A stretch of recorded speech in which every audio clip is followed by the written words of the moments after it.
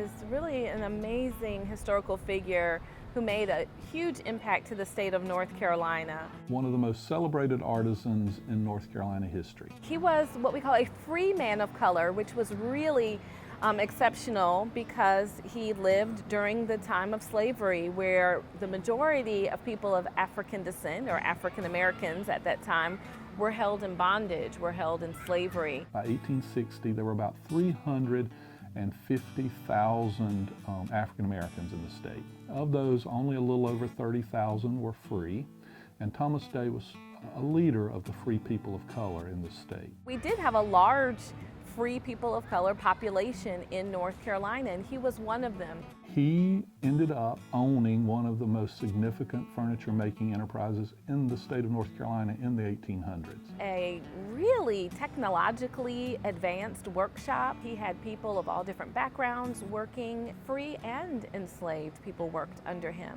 And he was extremely significant to the cultural landscape of North Carolina, particularly at that time, people of great wealth. If you were a person of means in that part of North Carolina, that part of Virginia, you would try to have a piece of Thomas Day furniture. He came from Virginia to North Carolina and settled in a small town of Milton in North Carolina, which is not far from the Virginia line. In 1826, the state of North Carolina passed a law and said no free blacks could move into the state of North Carolina. And so as a free man working in North Carolina, his wife was not allowed at first to come across state lines from Virginia into the state. But the people of Milton, they appreciated his work so much, they held him in such high esteem, they petitioned the legislature, the state of North Carolina, to allow his wife to move across the state line into North Carolina. They passed a special dispensation for his wife to be able to cross that state line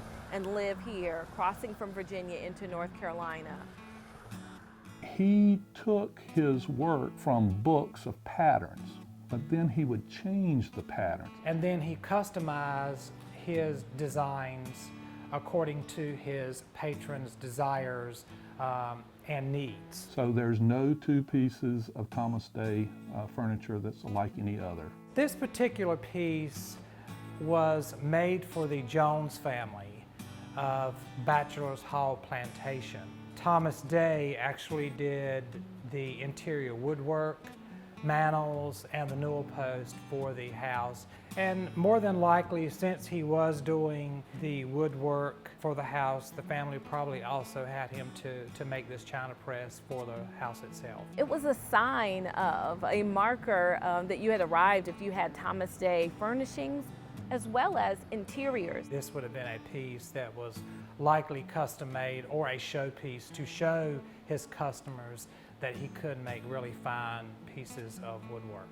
Thomas Day did not sign any of his pieces. One good estimation is by the 1850s, 10% of the store-bought furniture in North Carolina came from Thomas Day's shop. It's very fine furniture. One of the things that sets his furniture apart is that he, in the 1840s, at some point bought steam-powered tools. And those tools allowed him to cut mahogany very, very thin to create veneer. Sometimes I say Thomas Day's woodworking and techniques, they were his own, but they were a little quirky. There's something about them you can tell that's a little different from somebody else's work.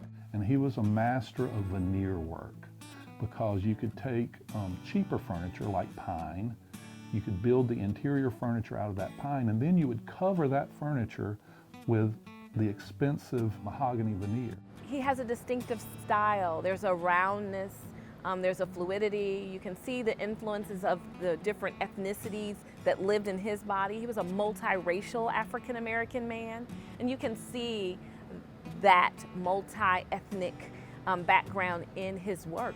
I think it's a great piece, I really do, and to be in the condition that it's in for the age. The piece that we're getting dates to the 1840s, sort of the height of Thomas Day's career. What we're putting in today is it's referred to in period terms as a china press. A china press would be where you would keep your china, pressed like almost like a safe. So you're talking about families who own big tobacco plantations, they're all in the same social circles.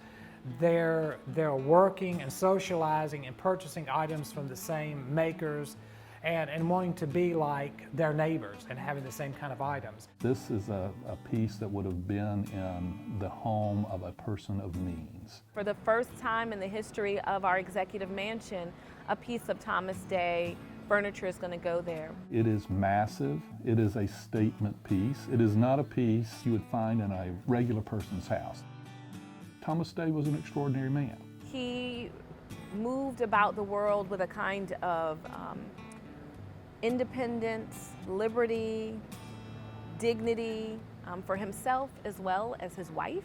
When I think about the fact that a piece of Thomas Day furniture, this beautiful china press, will have a home in our state's executive mansion, the People's House, it brings me so much joy for many reasons. As the executive director of the African American Heritage Commission, it's a part of my mission to make sure that these stories of the Black experience of our state get to shine. It's very important, I think, to have the People's House, the governor's mansion, reflect as many different North Carolina experiences as it can. And for that reason, I think it's highly appropriate that a piece of furniture by one of North Carolina's great craftsmen, who just happens to have been a man of color, to be there in that mansion. It's extremely important that when people go into the executive mansion that we can see decor that reflect the diversity of our state. And so to have a piece of Thomas Day furniture there is so appropriate, and we're extremely excited.